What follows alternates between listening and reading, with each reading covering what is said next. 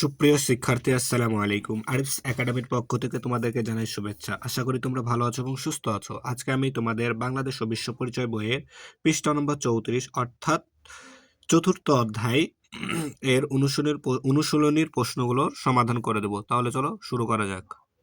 তো দেখো, ক নাম্বার সঠিক উত্তরের পাশে টিক চিহ্ন দাও। ঠিক আছে, তো 1 নাম্বার চাকমাদের নিজস্ব ভাষা কোনটি? এখানে উত্তর শুধু লিখে রেখেছে। ঠিক আছে, প্রশ্ন এবং উত্তরটা তোলা আছে। ঠিক আছে, তো দেখো 1 নাম্বার চাকমাদের নিজস্ব ভাষা কোনটি? উত্তর খ, চাংমা। ঠিক আছে, 2 নাম্বার দেখো এখানে অন্তিম ও তার বন্ধুরা পানি বর্ষণ করে উৎসবে মেতে উঠেছে। এতে কোন উৎসবের বৈশিষ্ট্য ফুটে উঠেছে? ঠিক আছে, এতে কোন উৎসবের বৈশিষ্ট্যটা ফুটে উঠেছে? উত্তর খ, সাংরাই। ঠিক আছে, উত্তর খ, সাংরাই। এরপর দেখো খ নাম্বারটা, সঠিক শব্দ দিয়ে শূন্যস্থান পূরণ করো করো 1 নম্বর ত্রিপুরা জনগোষ্ঠী সমাজে দলবদ্ধভাবে বা বসবাস করে। তাহলে ত্রিপুরা জনগোষ্ঠী সমাজে কিভাবে দলবদ্ধভাবে বসবাস করে? মারা রান্না ও ভর্তা তৈরিতে নাপ্পি ব্যবহার করে। কি ব্যবহার করে? নাপ্পি ব্যবহার করে। 3 নম্বর ক্ষুদ্র নিগোষ্ঠীর সাথে সম্প্রীতি বজায় রেখে বসবাস করা উচিত। কি? সম্প্রীতি বজায় রেখে বসবাস করা উচিত। 4 নম্বর ত্রিপুরাদের নববর্ষের উৎসবের নাম হলো বৈশু। ঠিক আছে, তা ত্রিপুরাদের নববর্ষের উৎসবের নাম হলো কি? বৈশু। এরপর দেখো গ নাম্বারটার সমাধান করব। ঠিক আছে, তো ঘ নম্বর দেখো সত্য হলে দন্তেস ও মিথ্যা হলে মহেশী লেখো। ঠিক আছে, তো দেখো 1 নম্বর চাকমা পরিবার পিতৃতান্ত্রিক। উত্তর দন্তেস অর্থাৎ সত্য। ঠিক আছে, 2 নম্বর পাঙ্গাল মণিপুররা ইসলাম ধর্মের অনুসারী। উত্তর সত্য। বিজু মারমাদের প্রধান সামাজিক উৎসব। উত্তর মিথ্যা। এরপর 4 নম্বর দেখো ত্রিপুরাদের ভাষার নাম চাংমা। উত্তর মিথ্যা। ঠিক আছে, মিথ্যা। ঠিক আছে, মিথ্যা।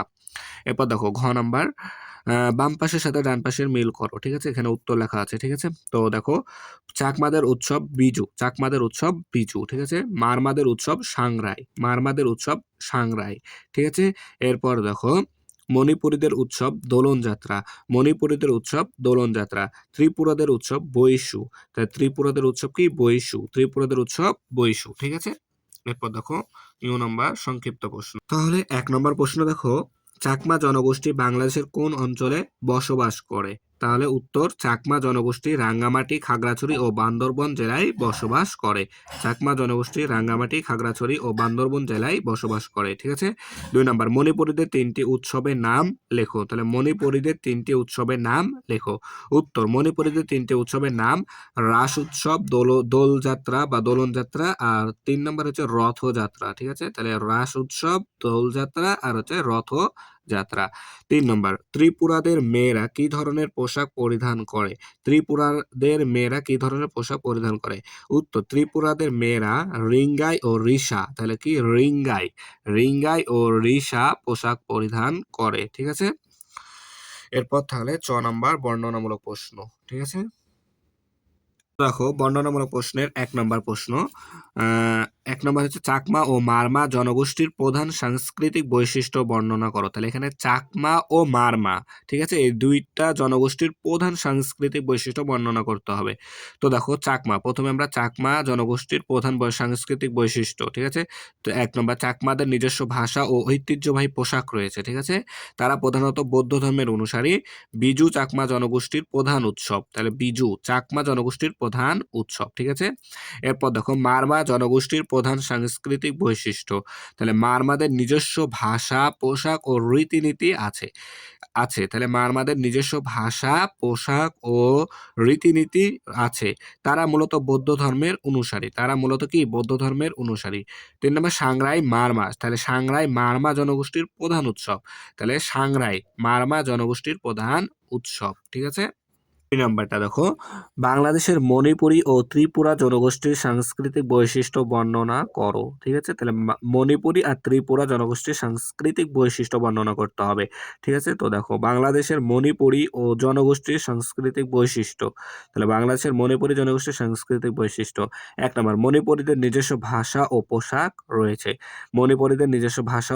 রয়েছে। তারপরে তারা নৃত্য সঙ্গীত বিশেষ করে রাস নৃত্য নৃত্যর জন্য বিখ্যাত। তাহলে তারা রাস নৃত্যের জন্য কি বিখ্যাত। রাস উৎসব মণিপুরীদের প্রধান সামাজিক ও ধর্মীয় উৎসব। তাহলে রাস উৎসব মণিপুরীদের প্রধান সামাজিক ও ধর্মীয় উৎসব। বাংলাদেশের ত্রিপুরা জনগোষ্ঠীর প্রধান বৈশিষ্ট্য।